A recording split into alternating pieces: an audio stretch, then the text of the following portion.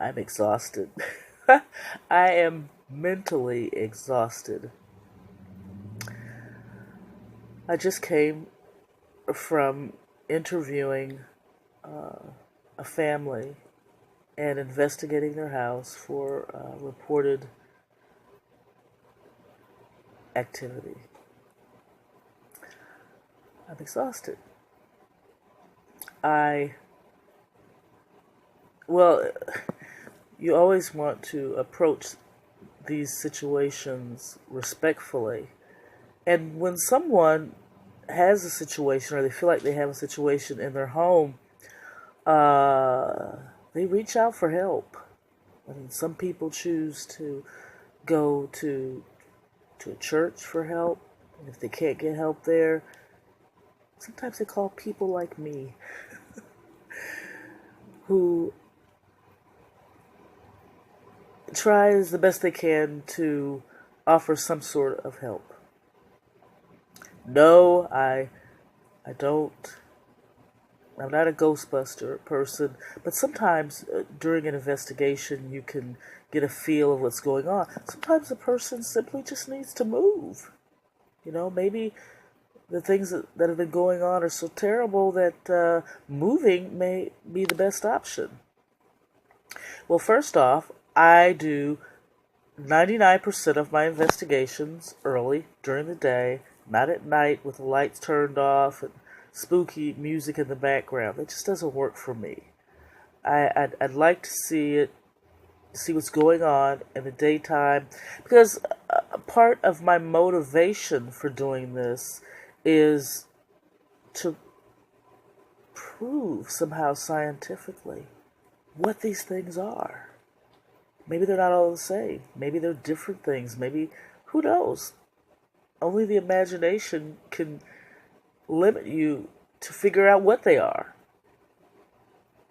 So, as usual, I start out with positive affirmations that are said amongst the group, positive thoughts, and it doesn't hurt to have crystals. I always carry crystals with me because they are healing, they are of the earth, and if treated properly, they put off positive vibes. And when you go into a situation that we were just in, you need all the positive vibes you can muster. After doing the affirmations, we approach the situation neutral. We go in and we interview the family, we listen to their concerns, take notes of just everything from the time of day, what the weather is like that day, what reflective devices are in the home, what the home is near. Are there any trees outside that could be causing a certain sound or a certain happening? And the family reported that their infant son was taken out of his bed and put into parents' bed. Sounds like a poltergeist to me. Well, they said that was kind of the straw that broke the camel's back, and they had already made their mind up that they were going to move. So basically the investigation was to figure out what these things were that were in their home. And they said either way that they were going to move, so kind of took the pressure off of us. We just kind of went in and we did EVPs. We took pictures. And by the way, an EVP is an electronic voice phenomenon, and it can be done with any kind of recorded device. You can use a cell phone, you can use a recorder. It doesn't matter. The tricky part is when you do an EVP, as we did today, you have to make sure the house is quiet. So everybody had to leave, except for us. And we sat quietly. And we did the EVP. And we got some results, which I'll be sharing with you. We took pictures of the house, we took pictures of the inside of the house, and you can just kind of judge for yourself what you feel. You can kind of go along with us in a way. And tell me what you feel is being said on the EVP, what you feel the pictures are showing. But back to the EVP. When you're listening to an EVP, it's important that you turn the volume up,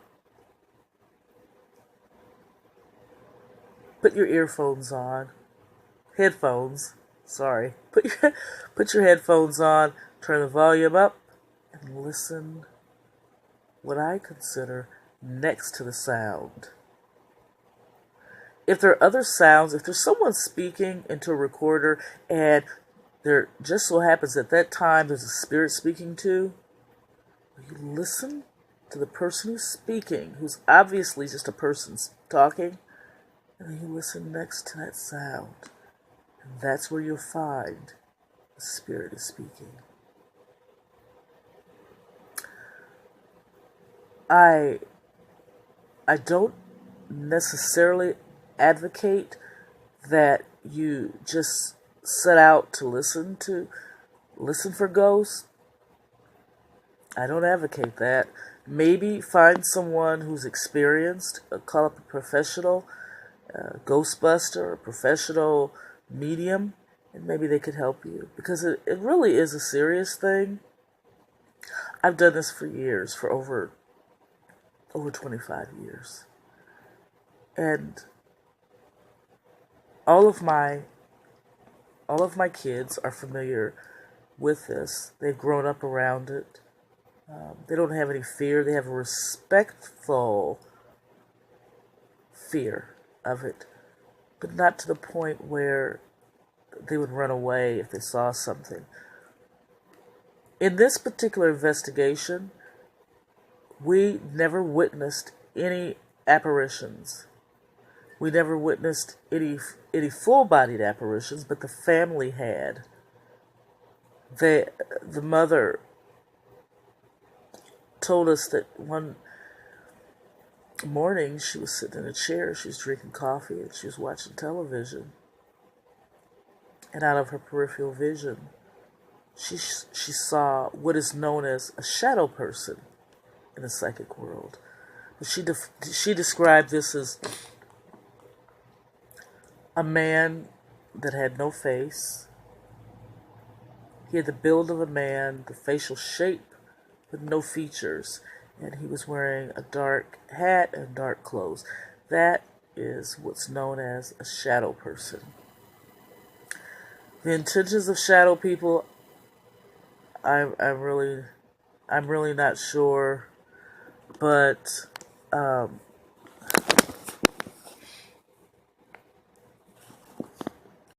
anyway, she saw what's known as a shadow person in her living room, and it was a solid apparition.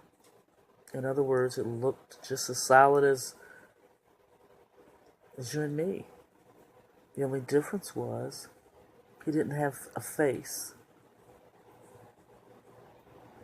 I asked her how she felt about the presence at the time. She said it scared her. Of course. I mean, it would scare me. It would definitely startle me. Jeez. And she has reported hearing sounds and the sound of dishes clanging and, pots and pans clanging. And whenever she would get up to see what it was, there'd be no one there. So, to say the least, I knew this was going to be an interesting session. I knew it would be something that I couldn't wait to share with my YouTube people. But as I said, I will share the EVPs with you guys, and comment below what you think is being said on the recordings. If you can hear it, you can turn the volume up and listen next to the sound.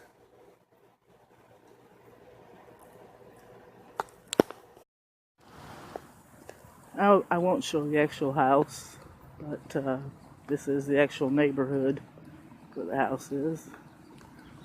It's just a regular neighborhood. Nothing unusual, just houses. And on the outside, you never know what was going on inside, what was terrorizing a family.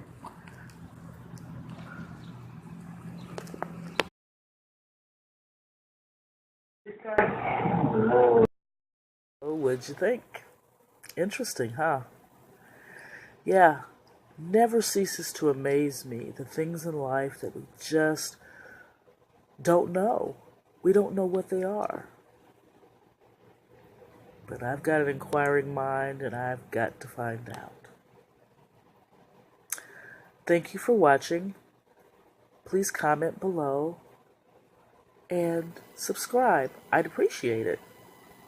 Love, light, and peace to everyone who's watching this video.